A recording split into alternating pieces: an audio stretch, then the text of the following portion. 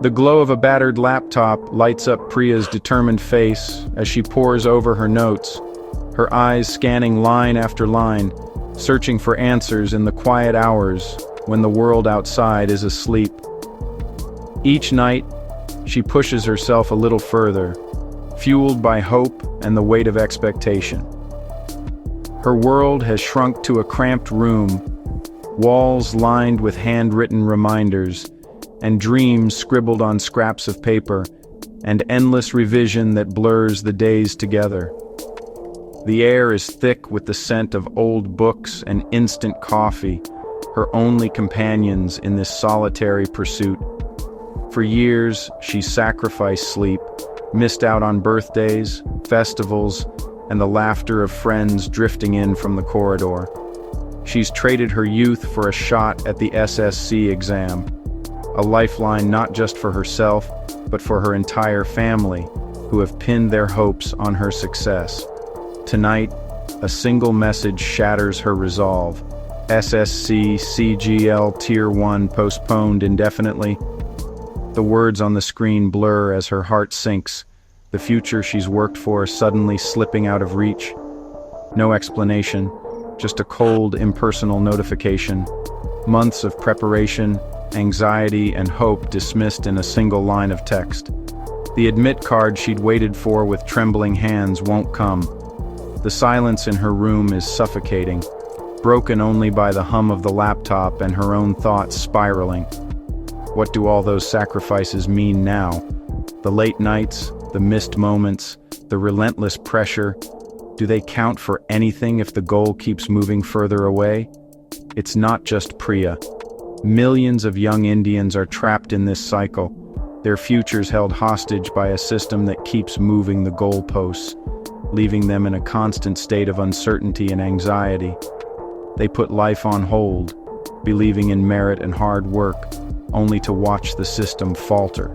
Each delay chips away at their confidence, making them question if their sacrifices will ever be enough.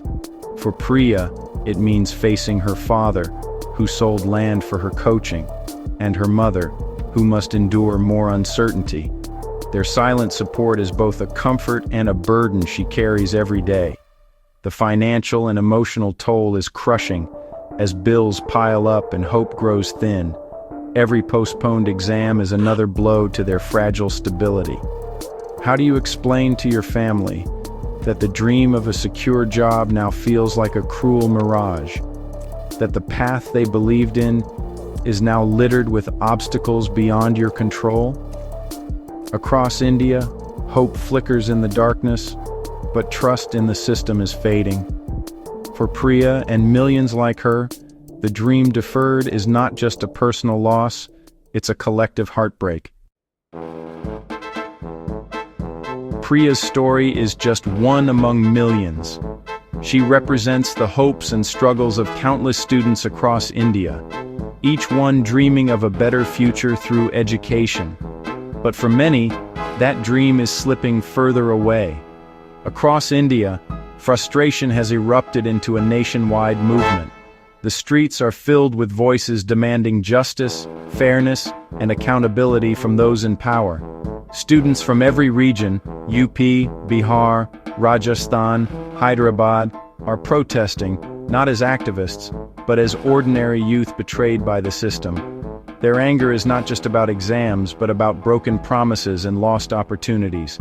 In 2024, over 2.4 million NEET UG aspirants protested paper leaks. Their years of preparation suddenly felt meaningless, replaced by uncertainty and fear. UGC NET was canceled after a dark web leak. The news spread like wildfire, leaving students in shock and disbelief, questioning the very foundation of the examination system. SSC saw 55,000 complaints in one phase alone. Each complaint is a story of frustration, anxiety, and dashed hopes. These aren't just numbers, they're years of effort, dreams shattered by leaks, delays, and chaos. Behind every statistic is a young person's life put on hold.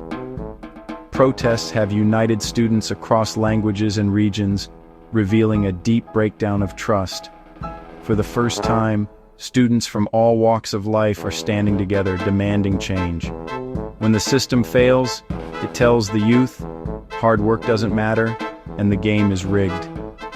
The question now is, will their voices finally be heard, or will the cycle of disappointment continue? At the heart of the crisis are three failures: paper leaks, endless delays, and administrative chaos. These issues have become so common that students and parents now expect disruption as a part of the exam process, rather than the exception. Leaked papers are sold online, turning exams into a marketplace for the privileged, while honest students pay the price. The black market for question papers thrives, making a mockery of fairness and hard work. Cancellations and re-exams punish the sincere, not the guilty. Every time an exam is called off, it's the hardworking students who suffer the most, forced to relive the stress and uncertainty. Exam centers are plagued by technical failures, crashing servers, broken equipment, and blacklisted vendors. Even basic infrastructure is unreliable, leaving students helpless in the face of repeated glitches. Dates shift without warning. A process meant to take months drags on for years, trapping students in limbo. The uncertainty disrupts their studies, career plans, and even family life. Accountability is missing. Officials and vendors rarely face consequences. Instead, blame is shifted, and the cycle of mismanagement continues unchecked. Students' time, money, and mental health are treated as expendable. The emotional toll is immense, with families left to pick up the pieces after each setback. The system, meant to reward merit, fails its own test of integrity. Instead of building futures, it shatters dreams and undermines faith in education. Trust is eroded, and hope is replaced by cynicism. For many, the dream of a fair chance now feels out of reach. For many, a government job isn't just a personal dream, it's a family's lifeline. Families pool resources, sell land, and take loans to fund coaching, betting everything on one exam. Each delay or cancellation drains savings and deepens debt. The pressure is immense. Students become vessels for family hopes, isolated and burdened. Mental health suffers, anxiety and depression are rampant, with tragic consequences.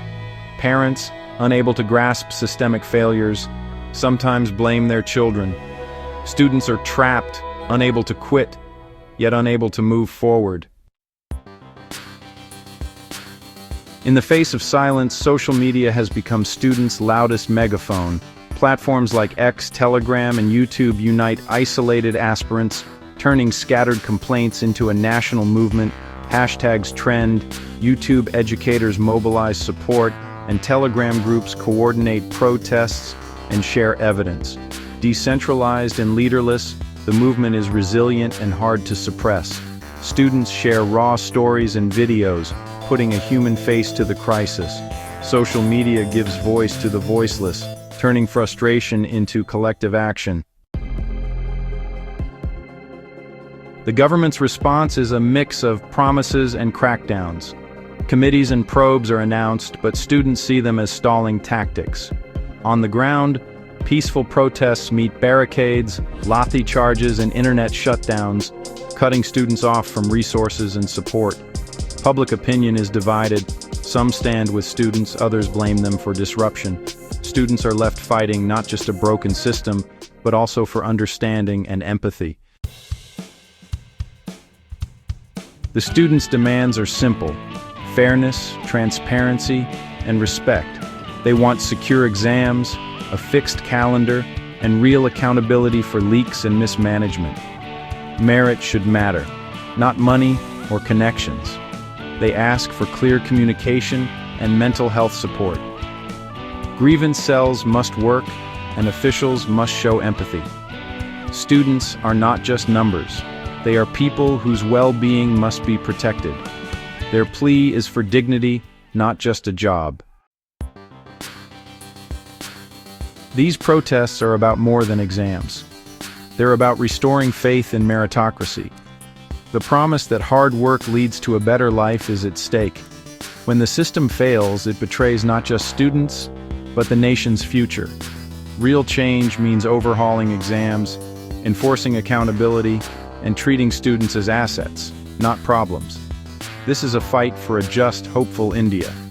If we fail our youth, we fail ourselves. Restoring trust is about more than fixing tests. It's about believing in fairness and possibility. Their victory will be a victory for all of us.